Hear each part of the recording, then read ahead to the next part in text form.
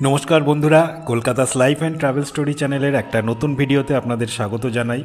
আজ 10ই জুলাই বৃহস্পতিবার আর গুরু পূর্ণিমা তিথি। আর এই বিশেষ তিথিতে আমি চলে এসেছি কাশীপুর রামকৃষ্ণ মঠ, যা কিনা কাশীপুর উদ্যানবাটি নামেই বেশি পরিচিত।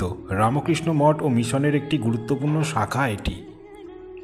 এই স্থানটি রামকৃষ্ণ সংঘের ইতিহাসে অত্যন্ত তাৎপর্যপূর্ণ, কারণ এইখানেই ঠাকুর রামকৃষ্ণ তার শিষ্যদের সন্ন্যাস গ্রহণ করতে উৎসাহিত করেছিলেন, তাদের সংঘবদ্ধভাবে জনসেবার কাজে আত্মনিয়োগ করতে অনুপ্রাণিত করেছিলেন। এখানে শ্রী রামকৃষ্ণ ঠাকুর তার জীবনের শেষ কয়েক মাস শিষ্যদের সাথেই কাটিয়েছিলেন, আর এই উদ্যানবাটির অনতিদূরে তার মহাসমাধি হয়েছিল। এখন সময় সকাল 9:15 বাজে, আর আমার গুরু মহারাজ স্বামী দিব্যানন্দজির নেমন্তন্ন পেয়ে আমি হাজির হয়েছি এখানে। আজকের দিনের সমস্ত গল্প নিয়েও থাকবে এই ভিডিও, দেখতে থাকুন, আশা করি ভালো লাগবে। প্রথমেই আমি মেইন গেটের পরের যে গেটটি আছে সেটা দিয়ে মঠের ভিতরে প্রবেশ করলাম। একদম শুরুতেই স্বেচ্ছাসেবকরা জুতো রাখার সুন্দর ব্যবস্থা করে রেখেছিল। জুতো রেখে সামনে কল রয়েছে, হাত ধুয়ে সোজা গেলাম ঠাকুরের ঘরে। এক ঝলক ঠাকুরকে দর্শন করে দাঁড়িয়ে পড়লাম লাইনে। আজ গুরু পূর্ণিমা উপলক্ষে ঠাকুরের এই বাড়ি খুব সুন্দর করে সাজানো হয়েছে। চারপাশের একটা সাজো সাজো পরিবেশ দেখে মনটা ভরে গেল। লাইনে দাঁড়ালাম, কারণ ঠাকুরের উপরের ঘরের দর্শন করতে হবে, যে উপরের ওই ঘরেই যে ঠাকুর থাকতেন। এই লাইনে দাঁড়িয়েই বলে রাখি, ঠাকুরের এই দোতলা বাড়ির উত্তর দিকে এই যে ফুল গাছ, এই গাছের নিচের ঘরেই সাধারণ দিনে জুতো রাখা হয়। তারপর যে ছোট ছোট ঘরগুলি, তার মধ্যে মাঝের ঘরটিতে শ্রী শ্রী সারদা মা ঠাকুরের জন্য রান্না করতেন। তার মানে এই ঘরটি ছিল রান্নাঘর। এই যে বাঁ দিকের যে ঘরগুলি দেখছেন, এই ঘরগুলির মধ্যে মাঝখানের ঘরটি কিন্তু ছিল রান্নাঘর। আজকের দিনে সব ভক্ত ও শিষ্যরা কিছু না কিছু হাতে করে নিয়ে এসেছে। কেউ ফল, কেউ ফুল, আবার কেউ বা প্রণামী, আবার কেউ বা উপহার। আর এই যে সামনে স্বেচ্ছাসেবকরা এইখানে জমা নিচ্ছেন, আবার সাথে সাথে ভক্তদের নামও লিখে নিচ্ছেন এবং ঠাকুরের নামে প্রসাদ রূপে লাড্ডুও দিচ্ছেন। এরপর সিঁড়ি দিয়ে উঠতে গিয়ে দেখলাম যেন আমার আগে কোনো এক সারদা মায়ের পা জোড়া। মনে মনে ভাবলাম, ঠিক এমনইভাবে কোনো এক সময় সারদা মাও এইভাবে সিঁড়ি দিয়ে উঠতেন। তারপর ঠাকুরের সব ঘর দর্শন করে ভিতরের কাঠের সিঁড়ি দিয়ে আবার নিচে। এরপর নিচের তলায় উত্তরের দিকের ছোট ঘরে শ্রী শ্রী সারদা মায়ের দর্শন। সারদা মাকেও এদিন খুব সুন্দর সাজানো হয়েছিল। তারপর নিচের উপাসনালয়টি দেখে বাইরে বেরোলাম আমরা একে একে। যেহেতু ঠাকুরের ঘরের কিংবা ঠাকুরের ছবি তোলা নিষেধ, তাই ভিতরে কিন্তু ছবি তুলতে পারেন। তবে নিচের তলায় উপাসনার ঘরটিতে ঠাকুরকে সাজিয়ে রাখা হয়েছে, আর গুরু পূর্ণিমা উপলক্ষে ঠাকুরের উদ্দেশ্যে বিভিন্ন নামি দামি শিল্পীরা সঙ্গীত পরিবেশন করে চলেছেন।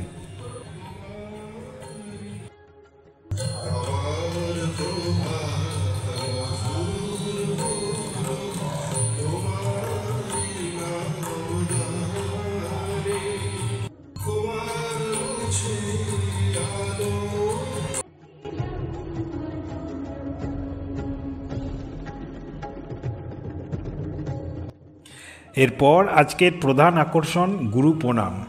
ভক্তদের কাছে এই সুযোগ খুব কম সময়ের জন্যই আসে, আর স্বয়ং গুরুর কাছ থেকে যদি নিমন্ত্রণপত্র আসে তার সাথে দেখা করার, তাহলে তো কোনো কথাই হয় না। তাই মনের মধ্যে এক বিরাট আগ্রহ নিয়ে দাঁড়িয়ে পড়লাম আবার লাইনে। আর ফাইনালি সেই সুযোগ, যেখানে এই বিশেষ তিথি গুরু পূর্ণিমায় গুরুকে সামনে থেকে দেখা ও প্রণাম জানানো।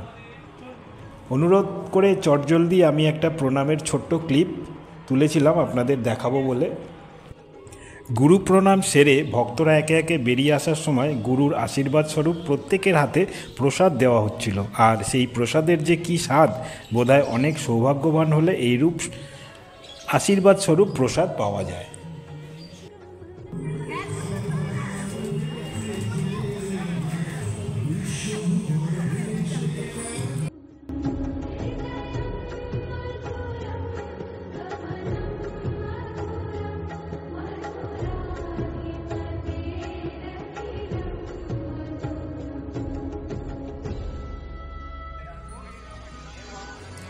এখানে যদি অন্য সাধারণ দিনে আসেন, তাহলে কিন্তু এই মেন গেট দিয়েই প্রবেশ করা যাবে।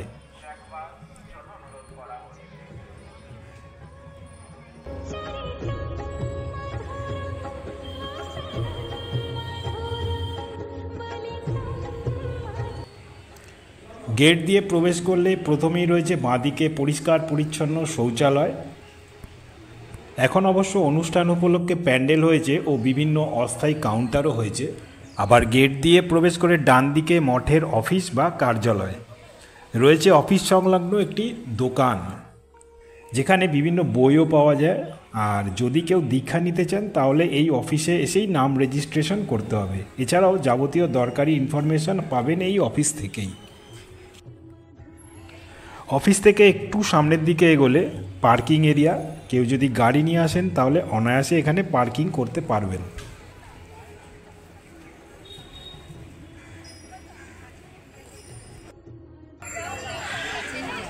সমস্ত দর্শনার্থীদের কাছে অনুরোধ, আপনারা মন্দির প্রণাম কিংবা গুরু প্রণামের সময় আপনারা আপনাদের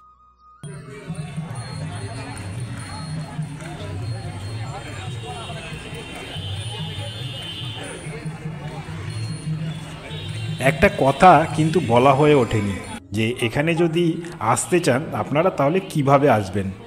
সব থেকে ইজি রুট হচ্ছে প্রথমেই ট্রেনে করে চলে আসুন দমদম স্টেশনে। 1 নম্বর প্ল্যাটফর্মের সামনের দিকে এগিয়ে বাইরের দিকে গেলে দমদম রোডের থেকে 10 টাকা দিয়ে অটো ভাড়া চলে আসুন চিড়িয়ামোড়। আর যারা গাড়ি নিয়ে আসবেন তারা প্রথমে পৌঁছান এই চিড়িয়ামোড়, তারপর কাশীপুরের রাস্তায় ঢুকে 1 থেকে 1.5 কিলোমিটার মতো।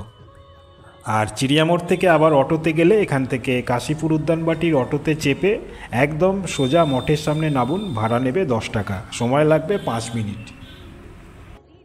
তাহলে ফিরে আসি আবার মঠের গল্পে। আর এবার একটু জানা যাক গুরু পূর্ণিমার সম্বন্ধে। কেনই বা এর গুরুত্ব? আষাঢ় মাসের পূর্ণিমা তিথিতে ব্যাসদেবের জন্ম হয়েছিল। এই জন্মতিথিকেই গুরু পূর্ণিমা বা ব্যাস পূর্ণিমা হিসাবে আমরা পালন করে আসছি। ব্যাসদেবকেই আদিগুরু রূপে মান্য করা হয়। তিনি বেদ বিভাগ করেছেন, আবার পুরাণও রচনা করেছেন। আর এই অমূল্য জ্ঞান রাশির প্রচার করার জন্য শিষ্য তৈরি করেছেন, গুরু শিষ্য সম্পর্ক তৈরি করে শিক্ষা তথা জ্ঞান দান করেছেন। এইভাবেই গুরু শিষ্য ধারাটি চলে আসছে। রামায়ণ মহাভারতের মতো মহাকাব্য রচনা করে তিনি সহজ ভাষায় বেদ উপনিষদকে সহজ করে পরিবেশন করেছেন। আর এই বেদ ব্যাসদেবকেই আদিগুরু রূপে পূজিত হতো। তাই ব্যাসদেবের জন্মতিথিতেই গুরু পূর্ণিমা পালন করা হয়। আর এই পবিত্র দিনে আমরা নিজ নিজ গুরুকে পূজা ও শ্রদ্ধা নিবেদন করে থাকি। গুরু সেবাই ইষ্ট সেবা। ইষ্ট আমরা দেখিনি, কিন্তু গুরুকে এত আমরা হাঁটতে চলতে দেখেছি। তাই গুরুই আমাদের কাছে ইষ্ট দেবতার সংস্পর্শে আসার মাধ্যম বা পথ। পার্কিংয়ের ঠিক উল্টো দিকে রয়েছে একটি বহু প্রাচীন আম গাছ, যে গাছটি ঠাকুরের জীবনের সাথে জড়িত ছিল এবং এক বিশেষ মুহূর্তের সাক্ষী হয়ে আজও একইভাবে রয়েছে। 1886 সালের 1 জানুয়ারি বিকেলবেলা ঠাকুর যখন ঘর থেকে বাগানের পথ দিয়ে গেটের দিকে যাচ্ছিলেন, তখন দেখেন এই আম গাছের তলায় বসে আড্ডা মারছে তার শিষ্য গিরিশ, অতুল, রাম ও আরও অনেকে। কাছে গিয়ে ঠাকুর গিরিশকে বললেন যে, হ্যাঁ রে, তুই নাকি আমার নামে কী সব বলে বেড়াচ্ছিস? আমি নাকি ভগবানের অবতার? তুই আমার মধ্যে কি দেখলি? গিরিশ তখন ঠাকুরের সামনে হাঁটু গেড়ে বসে বললেন, আমি কে? স্বয়ং ব্যাসদেব আর বাল্মীকিও যাকে বর্ণনা করার জন্য ভাষা খুঁজে পাননি। গিরিশের এই ভক্তি দেখে আপ্লুত ঠাকুর তখন বলেছিলেন, তোদের আধ্যাত্মিক জাগরণ হোক, এই আশীর্বাদ করি। আর সাথে এও বলেছিলেন সেই বিখ্যাত উক্তি, তোমাদের চৈতন্য হোক। আর এই কথা বলে ঠাকুর সমাধিস্থ হয়েছিলেন। গিরিশ দেখেন ঠাকুরকে ঘিরে রয়েছে এক দিব্য জ্যোতি। সমস্ত শিষ্যরা মিলে তখন জয় শ্রী রামকৃষ্ণ বলে চিৎকার করতে লাগলো। এক অভূতপূর্ব ঘটনা ঘটে গিয়েছিল সেই সময়। সেই দিনটির স্মরণেই প্রতি বছর কল্পতরু উৎসব পালন হয়ে আসছে এই রামকৃষ্ণ মঠে। আর আমি যখনই এই মঠে আসি আর আম গাছের তলায় দাঁড়াই আর ভাবি যে শুধু সময়ের ব্যবধান, আজ থেকে 139 বছর আগে সেই বিখ্যাত ঘটনাটা এখানে ঘটেছিল। মানে শ্রী শ্রী ঠাকুরের পদচিহ্ন রয়েছে এই মাটিতে।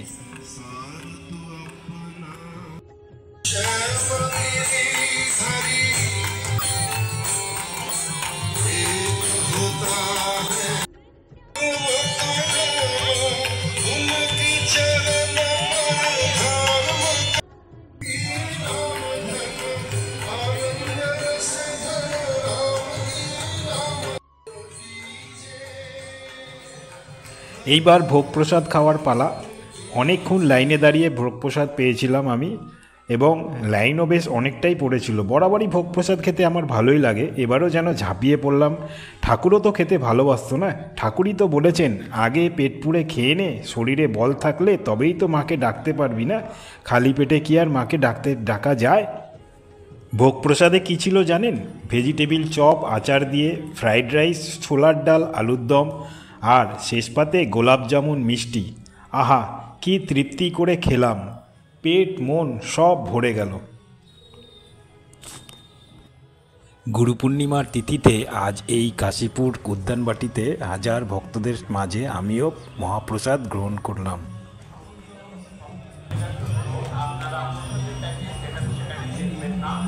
আপনারা জায়গায় বাইরে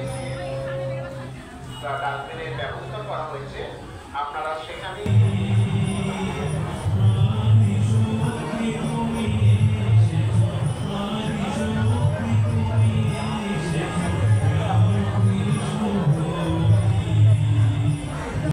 ভোগ প্রসাদ গ্রহণ করে এইবার একটু ঠাকুরের গান শোনা।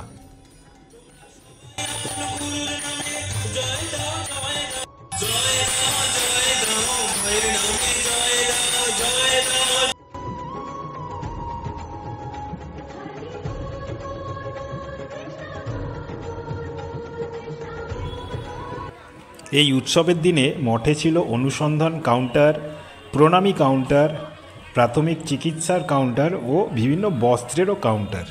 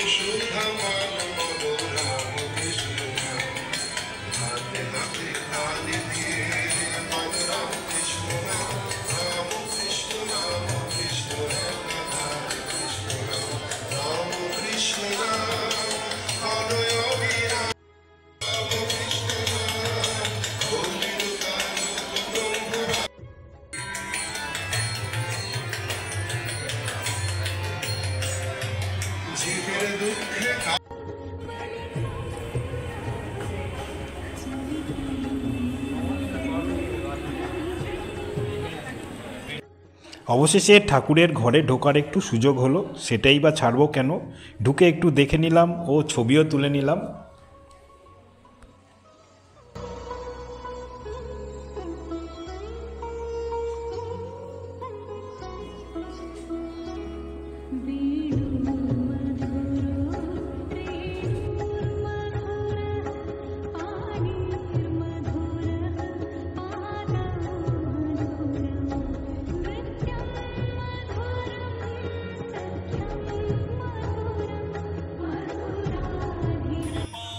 ঠাকুরের এই বাড়ির দেওয়ালে লেখা রয়েছে, আশীর্বাদ করি তোমাদের চৈতন্য হোক। আর আমি যতবার এখানে আসি এই দেওয়ালের এখানে দাঁড়িয়ে থাকি, আশীর্বাদ নেওয়ার চেষ্টা করি। চৈতন্য হয়েছে কিনা জানি না, তবে ঠাকুরের হাত মাথায় থাকলে, আশীর্বাদ থাকলে নিশ্চয়ই চৈতন্য হবে।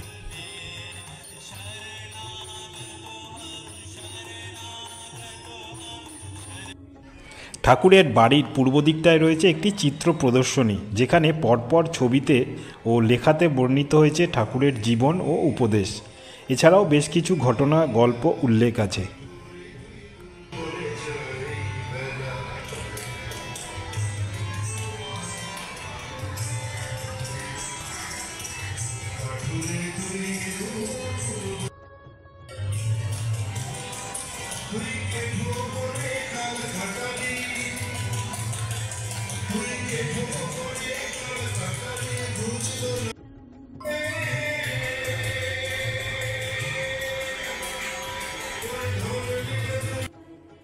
ঠাকুর কিন্তু গান শুনতেও ভালোবাসতেন, তারও নিদর্শন রয়েছে।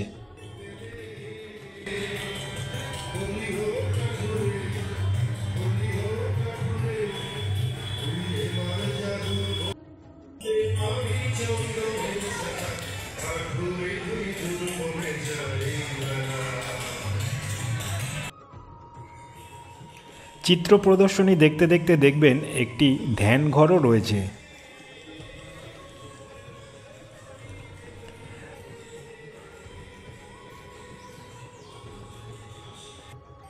আর এই ধ্যানঘরকে বাঁদিকে রেখে একটু এগোলে রয়েছে একটা বড় বাঁধানো পুকুর। ঠাকুরের শরীর খুব খারাপ হওয়ায় প্রথমে দক্ষিণেশ্বর থেকে শ্যামপুকুর, তারপর ডাক্তারের পরামর্শে ভক্তরা তাকে কাশীপুরের এই বাগানবাড়িতে নিয়ে আসেন। কলকাতা থেকে দূরে বেশ নিরিবিলি শান্ত পরিবেশ পেয়েও ঠাকুর খুব খুশিই হয়েছিলেন। মনোরম এই বাগানবাড়িটি 80 টাকায় তখনকার দিনে ভাড়ায় নেওয়া হয়েছিল। 11 বিঘার সামান্য বেশি এই বাগানবাড়ির দোতলা ঘরটাতেই ঠাকুর থাকতে স্বাচ্ছন্দ্য বোধ করতেন।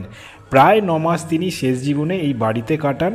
1886 সালের 16 আগস্ট শ্রী শ্রী ঠাকুর এই উদ্যানবাটিতেই প্রয়াত হন।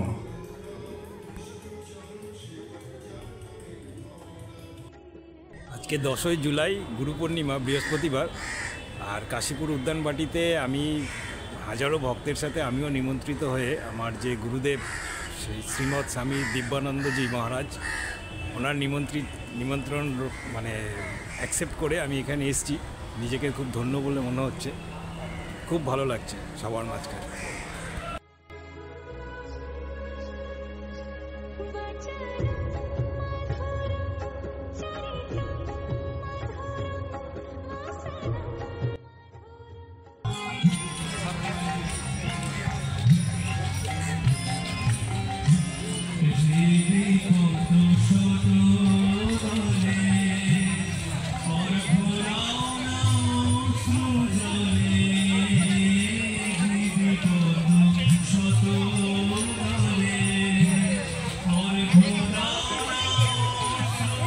এদিন আবহাওয়া খুব একটা অনুকূল ছিল না। রৌদ্রের প্রখর তাপ না থাকলেও ছিল ঝিরিঝিরি বৃষ্টি, আর তার মধ্যেই ভ্যাপসা গরম।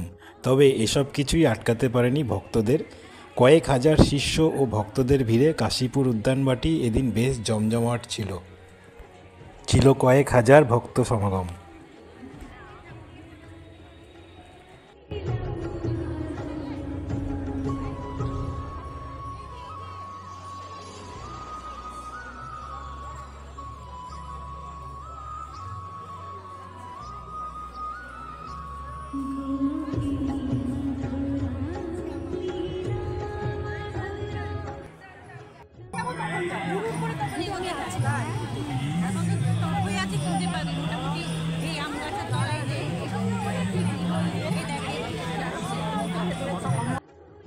श्री राम कृष्ण देव की जय जय महा। আজকের এই গুরু পূর্ণিমা তিথিতে ঠাকুর দর্শন হলো ঠাকুরের ঘর দেখা। বিশেষ তিথিতে সেরে ফেললাম গুরু প্রণাম, পেলাম গুরুর আশীর্বাদ, সঙ্গে প্রসাদ, দুপুরে মহাপ্রসাদ। গুরু পূর্ণিমায় আজ আমি গুরুর বাড়িতে। এখন 1:30 বাজে দুপুর। আর আজকে গুরু পূর্ণিমার অর্ধেক দিন কেটে গেছে। এখন মঠ প্রাঙ্গণ একটু কিছুক্ষণের জন্য বন্ধ থাকবে, তো আপাতত বাইরে যেতে হবে। মহারাজের নির্দেশ সবাইকেই, সব ভক্তদেরই বাইরে যেতে হবে। আবার 3টের সময় খুলবে, তখন আবার ঢুকবো।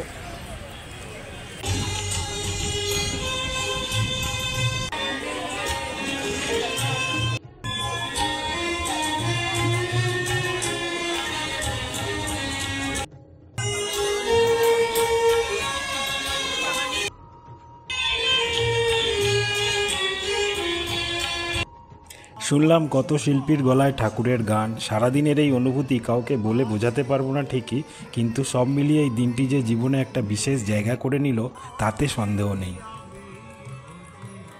আজকের এই ভিডিওটা এবার শেষ করব। আমার প্রিয় দর্শক বন্ধুরা কেমন লাগলো জানাবেন, আর যারা এখনও সাবস্ক্রাইব করেননি অনুরোধ রইল সাবস্ক্রাইব করার। তাহলে সবাই খুব ভালো থাকবেন।